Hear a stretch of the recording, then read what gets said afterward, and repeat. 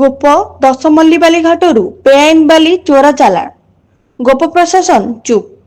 ଗୋପ ଦଶମଲ୍ଲି ବାଲିଘାଟରୁ ବେଆଇନ ଭାବେ ବାଲି ଚୋରା ଚାଲାଣ ହେଉଥିବା ଜନସାଧାରଣରେ ଦାବି ହେଉଛି। ଉକ୍ତ ବାଲିଘାଟରୁ ରାତି ଦିନ ଗାଡ଼ି ମାଲିକମାନେ ଜେସିବି ଲଗାଇ ବେଆଇନ ଭାବେ ବାଲି ଉତ୍ତୋଳନ କରି ଚୋରା ଚାଲାଣ କରୁଥିବାର ଦେଖିବାକୁ ମିଳିଛି। ଗୋପ ପ୍ରଶାସନ କାହାର ଚାପରେ ବଶବର୍ତ୍ତୀ ହୋଇ ଚୁପ୍ ହୋଇ ବସିଛନ୍ତି ନା ଗାଡ଼ି ମାଲିକମାନଙ୍କ ସହିତ ଭିତିରିଆ ଡିଲ୍ ହୋଇଛି। ଏଣୁ ଗୋପ ପ୍ରଶାସନ ଚୁପ୍ ହୋଇ ରହିଛନ୍ତି ବୋଲି ସାଧାରଣରେ ପ୍ରଶ୍ନବାଚୀ ସୃଷ୍ଟି ହେଉଛି।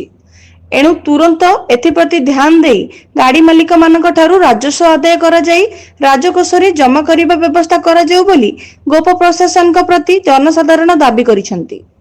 ଗୋପ ଦଶମଲ୍ଲିରୁ ବ୍ୟୁରୋ ରିପୋର୍ଟ, କଳିଙ୍ଗ ସମ୍ବାଦ ଲାଇଭ୍ ଓଡ଼ିଶା, ଭୁବନେଶ୍ୱର।